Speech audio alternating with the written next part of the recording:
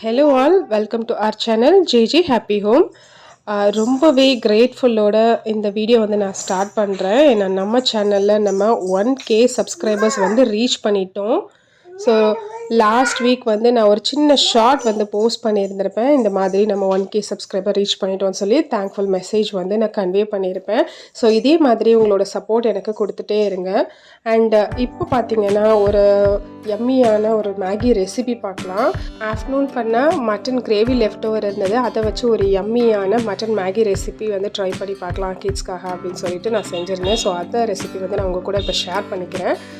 Just எப்போவும் போல் 2 cake Maggi piece வந்து நான் எடுத்திருக்கேன். அதை வந்து நம்ம ஒரு பேனில் 1 கப் வாட்டர், அதாவது உங்களுக்கு தேவையான அளவு வாட்டர் சேர்த்துட்டு அந்த மேகி கேக் வந்து பிரேக் பண்ணி குட்டி குட்டியாக சேர்த்துக்கலாம்.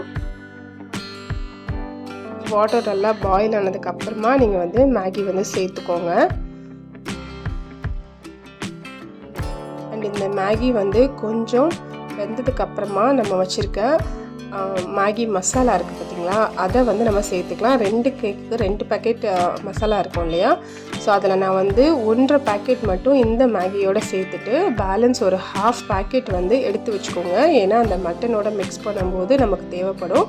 ஸோ இதில் நான் வந்து 1.5 பேக்கெட் சேர்த்துட்டு ஒரு 1/2 பேக்கெட் மட்டும் எடுத்து வச்சுக்கிட்டேன் இந்த மேகி மசாலாவை.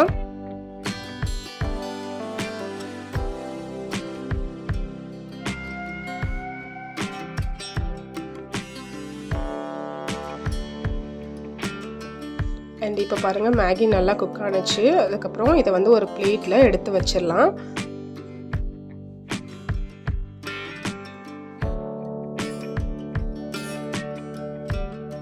நான் சொன்னேன் இல்லையா, மட்டன் வச்சு நம்ம வந்து ட்ரை பண்ண போகிறோம்னு சொல்லிட்டு, மட்டன் பீசஸை வந்து இந்த மாதிரி குட்டி குட்டியாக வந்து சாப் பண்ணி எடுத்துக்கிட்டேன். அப்புறமா ஒரு மீடியம் சைஸ் ஆனியன், அதையும் ஃபைனாக சாப் பண்ணி எடுத்துக்கிட்டேன். இப்போ ஒரு பேன் வச்சுக்கலாம். அதில் வந்து 2 டேபிள் ஸ்பூன் அளவு ஆயில் ஆட் பண்ணிக்கோங்க. ஆயில் ஹீட் ஆனதும் நம்ம கட் பண்ணி எடுத்து வச்சுருந்த ஆனியன் வந்து இதில் சேர்த்து நல்லா ஃப்ரை பண்ணிக்கோங்க.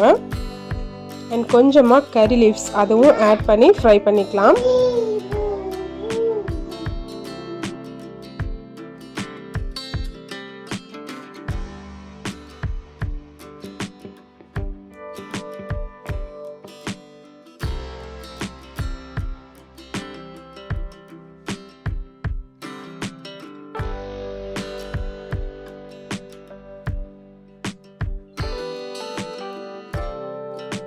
இப்போ ஆனியன் நல்லா வதங்கிடுச்சு.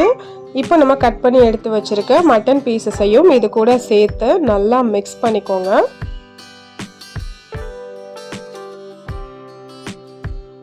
இந்த ஆனியனோட சேர்ந்து இந்த மட்டன் பீசஸும் கொஞ்சமாக குக் ஆகட்டும். இப்போ இந்த ஆனியன் அண்ட் மட்டனுக்கு தேவையான சால்ட் மட்டும் சேர்த்துக்கோங்க. ஏன்னா ஆல்ரெடி வந்து நம்ம மட்டனில் வந்து ரெசிபி செஞ்சதுனால சால்ட்டெல்லாம் சேர்த்துருப்போம், கொஞ்சம் பார்த்து சேர்த்துக்கோங்க. இப்போ நம்ம எடுத்து வச்சுருந்த அந்த பேலன்ஸ் மேகி மசாலா இருக்குது பார்த்திங்களா, அதையும் இந்த மசாலாவோட சேர்த்து நல்லா மிக்ஸ் பண்ணி வச்சுக்கலாம். அப்போ அந்த மேகியோட ஒரிஜினல் ஃப்ளேவர் வந்து இந்த மட்டன்லேயும் இறங்கி நம்ம மேகியோட சேர்த்து சாப்பிடும்போது அந்த மேகியோட டேஸ்ட்லேயே இருக்கும். அதனால தான் நம்ம வந்து இதை சேர்க்குறோம். இப்போ நம்ம ஃபைனலாக வந்து இந்த குக் பண்ண மேகியையும் இது கூட சேர்த்து மிக்ஸ் பண்ணிக்கலாம்.